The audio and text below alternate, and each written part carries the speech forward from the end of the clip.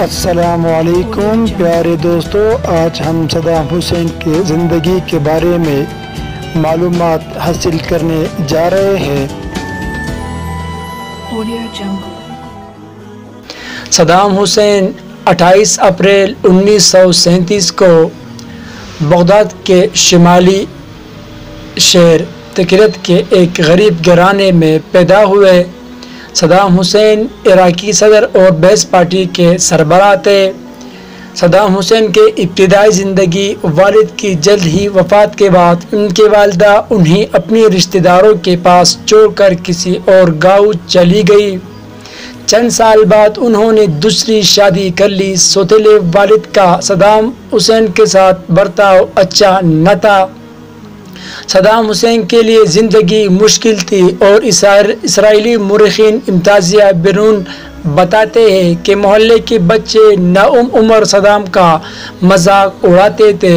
Saddam Hussein کے بارے میں کہا جاتا ہے کہ اس عرصے کے دوران وہ قدرے تنہا رہتے تھے اور آس پاس کے لڑکوں پر دھونس بھی جماتے تھے۔ 12 برس کی عمر میں انہوں نے اپنا گھر چھوڑا اور تکریت میں اپنے ایک چاچا کے ساتھ رہنے لگے۔ ان کا یہ چاچا یوں تو استاد تھے، لیکن تاریخ عراق پر کتاب the modern history of Iraq کی مصنفہ فیبی مارک کہتی ہے ان کا ماضی خاصا دلچسپ تھا۔ سیاسی زندگی اپنے لڑکپن میں صدام حسین حکومت مخالف مظاہروں میں خاصے سرگرم رہے، مگر عراقیوں کی طرح وہ برطانوی نو آبادی حکومت اور امیر جاگیرداروں کے خلاف ہوتے گئے۔ 1958 کے انقلاب میں عراق میں برطانیہ حامی بادشاہت کا خاتمہ کے بعد ملک میں پرتشدد بحرانی دور کا آغاز ہوا، لیکن صدام حسین کے لیے 60 کی دہائی اہم ترین ثابت ہوئی۔ عراقی بیس پارٹی کے رکن کی حیثیت سے صدام حسین پارٹی کے ایک سینئر رہنما اور ان کے چاچا کے قریبی رشتہ دار احمد حسن الباقر کے منظور نظر اور قریبی ساتھی بننے میں کامیاب ہو گئے۔ صدام حسین اس وقت نہ کوئی افسر تھے اور نہ فوج کا حصہ، لیکن مورخ کہتے ہیں کہ احمد حسن باقر کے لیے وہ خاصے مفید کام انجام دیا کرتے تھے۔ 1968 میں بیس پارٹی اقتدار میں آئی اور احمد حسن الباقر ملک کے نئے صدر بن گئے۔ صدام حسین اسی دور میں احمد حسن کے دست راست رہے۔ حکومت کے اہم اور خفیہ کام وہ خود انجام دینے لگے، جن میں مخالفین کو منظر عام سے ہٹانے بھی شامل تھا۔ ان مخالفین میں سے کچھ تو قتل کر دیے گئے، کچھ جلا وطن اور کچھ کو چپ کرا دیا گیا۔ صدر باقر نے عراقی تیل کی صنعت حکومتی کنٹرول میں لے لی۔ عراقی خزانے پر دباؤ بڑھنے لگا اور حکومت نے ملک میں ترقی کے نئے دور کا آغاز کیا۔ دیہاتوں میں بجلی پہنچنے لگی، سڑکیں اور اسکول بننے لگے، لیکن صدام حسین کے سیاسی عزائم بڑھنے لگے اور سن 1979 میں انہوں نے اپنے محسن احمد الباقر سے زبردستی استعفیٰ دلوا دیا اور خود صدر بن گئے۔ جلد ہی انہوں نے اپنی پارٹی کے انقلابی کونسل میں اپنی حکومت کے خلاف بغاوت کی سازش کا انکشاف کیا۔ اس سازش کو منظر عام پر لانے کے لیے صدام نے کونسل کے ارکان کا ایک اہم اجلاس طلب کیا۔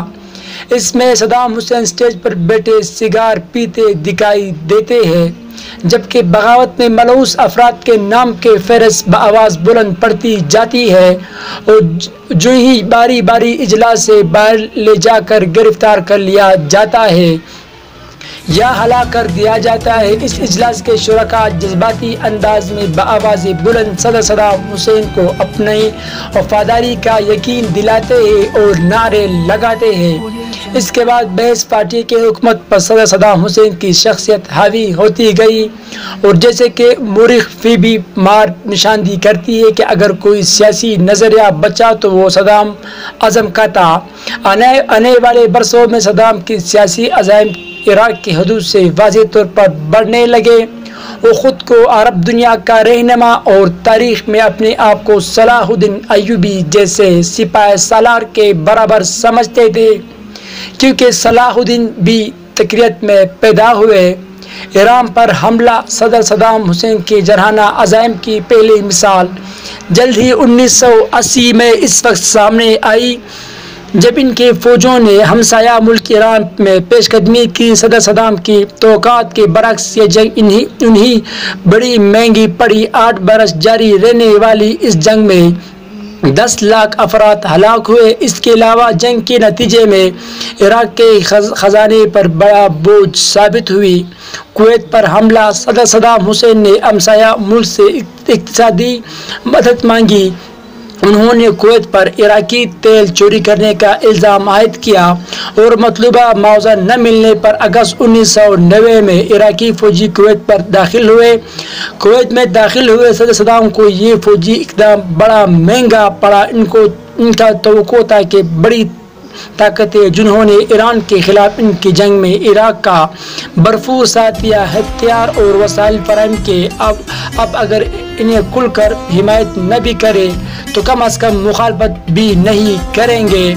عراق پر اتحادیوں کا پہلا حملہ، لیکن حالات بدل چکے تھے۔ امریکہ اور اس کے اتحادیوں کے لیے خلیج میں اپنے مفادات یعنی تیل اور اسرائیل کی حفاظت پر قیمت پر ضروری تھی، اور اس لیے امریکی قیادت میں آپریشن ڈیزرٹ اسٹارم کے تحت امریکہ اور برطانیہ نے عراق جنگ مسلط کر دی۔ عراق پر جنگ مسلط کرنے کے بعد دوسرا حملہ ہوا۔ 11 دسمبر کے واقعے کے بعد امریکہ مسلسل اس بات پر مصر رہا کہ عراق کے پاس وسیع تباہی کے ہتھیار ہیں، اور وہ برطانیہ کا کہنا تھا کہ ان ہتھیاروں کو صرف 45 منٹ قابل استعمال بنایا جا سکتا ہے۔ اس کے علاوہ عراق پر جوہری ہتھیار بننے اور حاصل کرنے کا الزام بھی لگا۔ اس لیے عراق پر فروری 2003 میں امریکہ نے دوبارہ حملہ کر دیا، لیکن عراق پر امریکی حملے اور قبضے کے بعد سے اب تک ان میں سے کوئی بھی الزام ثابت نہیں ہو سکا۔ عراق امریکی اور برطانوی گٹھ جوڑ میں شامل ملکوں کو اگرچہ اقوام متحدہ اور سلامتی کونسل کی حمایت حاصل نہیں تھی، اور اقوام متحدہ کی معنی کاروں نے امریکی برطانوی گٹھ جوڑ سے کیے جانے والے دعووں کی تائید بھی نہیں کی تھی، تاہم اس گٹھ جوڑ سے حملہ کر دیا گیا۔ اپریل میں سقوط بغداد کے بعد صدر صدام حسین رفوش ہو گئے۔ گرفتاری اس قبضے کے بعد 22 جولائی 2003 کو معزول صدر صدام حسین کے دونوں بیٹوں کے عہدے اور قوسے حسین کو عراق کے شمالی شہر موصل میں حملہ کر کے قتل کر دیا گیا۔ 14 دسمبر 2003 سنیچر کے شب مقامی وقت کے مطابق شب 8 بجے عراق کے شہر تکریت کے قریب سے ایک کارروائی کے دوران گرفتار کیا گیا، جس کے بعد ان پر امریکہ کی نگرانی میں مقدمہ چلایا گیا، جس نے 3 نومبر کو صدام حسین کو 148 کردوں کے قتل کے الزام میں سزائے موت سنائی۔ سزائے موت اس فیصلے پر عمل درآمد کرتے ہوئے 30 دسمبر 2006 بمطابق 10 ذوالحجہ 1427 ہجری عید الاضحیٰ کے دن صدر صدام حسین کو پھانسی دے دی گئی۔ انہیں عراق کے اعلیٰ عدالت نے دجیل میں 1982 میں 148 افراد کی ہلاکت کے الزام میں پھانسی کی سزا سنائی تھی۔ ان افراد کو صدام حسین پر قاتلانہ حملے کے الزام میں گرفتار کرنے کے بعد ہلاک کر دیا گیا۔ صدام حسین کے ساتھ ان کے سوتیلے بھائی اور انٹیلیجنس سروس کے سابق سربراہ برزان التکریت اور سابق چیف جسٹس کو بھی پھانسی دے دی گئی۔ صدام حسین پر کردوں کے خلاف نسل کشی، جنگی اور انسانیت کے خلاف جرم جیسے سنگین الزامات میں پھانسی دے دی گئی۔ صدام حسین پر کردوں کے خلاف نسل کشی اور جنگ انسانیت کے خلاف جرم جیسے سنگین الزامات بھی تھے۔ دجیل مقدمے میں 7 میں سے 2 ملزمان برزان التکریت انٹیلیجنس سروس کے سابق سربراہ طه یاسین رمضان سابق نائب صدر معزول صدر کے قریبی ساتھی رہ چکے ہیں۔ 5 دیگر ملزمان سابق جج الوید حامد البندیر اور بحث پارٹی کے 4 سابق عہدیدار عبداللہ خادم رویت، مظہر عبداللہ رویت، علی دعیم علی اور محمد عزاوی اہل پر بھی دجیل ہلاکتوں کی ذمہ داری ڈالی گئی، جن میں سے 2 کو موت جبکہ 4 کو قید کی سزا کا حکم سنایا گیا۔ 7ویں ملزم کو ناکافی شہادتوں کی بنا پر رہا کر دیا گیا۔ صدام حسین نے عدالت کی قانون اپنی حیثیت کو چیلنج کرتے ہوئے اسے امریکی قبضے کا ایک ہتھیار قرار دیا گیا۔ مقدمے کی کارروائی کے آغاز سے ہی صدام حسین کی وکیل نے عدالتی استحقاق کے بارے میں سوالات جاری رکھے۔ اس مقدمے کے جج کو مقدمہ کی سماعت کے دوران ملزم سے ہمدردی رکھنے کے الزام میں اس وقت برطرف کر دیا گیا جب مقدمہ اپنے آخری مراحل میں تھا اور ایک نیا جج مقرر کیا گیا۔ مقدمے کی کارروائی کے دوران صدر صدام حسین امریکی قابض فوج کی تحویل میں رہے۔ آخری دنوں میں خبر دی گئی کہ انہیں پھانسی دینے کی غرض سے امریکی قابض فوج نے عراق نجات انتظامیہ کے حوالے کر دیا ہے۔ ان آخری 2 ایام میں عراقی کٹ پتلی انتظامیہ کے عہدیدار اس بارے میں متضاد بیانات دینے لگے کہ سزا پر کب عمل درآمد کیا جائے گا۔ وزیر انصاف نے کہا کہ قانون کے روح سے 20 دن ضروری ہے۔ صدام کے مقدمے کے سماعت کے دوران 3 وکیلوں کو قتل کر دیا گیا جس کے بعد ان کے موکلین نے عدالتی کارروائی کا بائیکاٹ کیا اور صدام حسین نے بھوک ہڑتال کی۔ عدالتی کارروائی کے اختتام سے قبل صدام نے عدالت کو لکھے گئے ایک خط میں کہا تھا کہ ان مقدمہ امریکی خواہشات کے مطابق چلایا جا رہا ہے۔ صدام حسین کے خلاف عدالتی کارروائی بغداد کے خصوصی ٹریبیونل میں سخت حفاظتی انتظامات کے تحت چلائی گئی۔ اسی دوران 5 ججوں پر مشتمل ایک پینل عدالتی کارروائی کا جائزہ لیتا رہا۔ بہت سے بین الاقوامی مقدمات کی طرح صدام حسین پر مقدمہ ان کے اپنے ہی لوگوں کے ذریعے چلایا گیا۔ صدام حسین نے پھانسی کی سزا سننے کے بعد فائرنگ اسکواڈ کے ذریعے موت کی درخواست کی تھی۔ انسانی حقوق کے بین الاقوامی اداروں نے اس قانونی عمل کے بارے میں تشویش کا اظہار کیا جس میں جرم ثابت کرنے کے لیے شکوک و شبہات سے بالاتر معیار کو برقرار نہیں رکھا جا سکتا جو عالمی مقدمات کے لیے تصور کیا جاتا ہے۔ 30 دسمبر 2006 میں صدر صدام حسین کو پھانسی دے دی گئی۔ اس سے پہلے امریکی فوجیوں نے انہیں عراقی کٹ پتلی انتظامیہ کی سپرد کیا۔ پھانسی کا منظرہ انٹرنیٹ پر جاری کیا گیا۔ اس میں دکھایا گیا کہ پھانسی دینے والے عراقی شعار نما مقتدیٰ صدر کے نعرے لگاتے رہے۔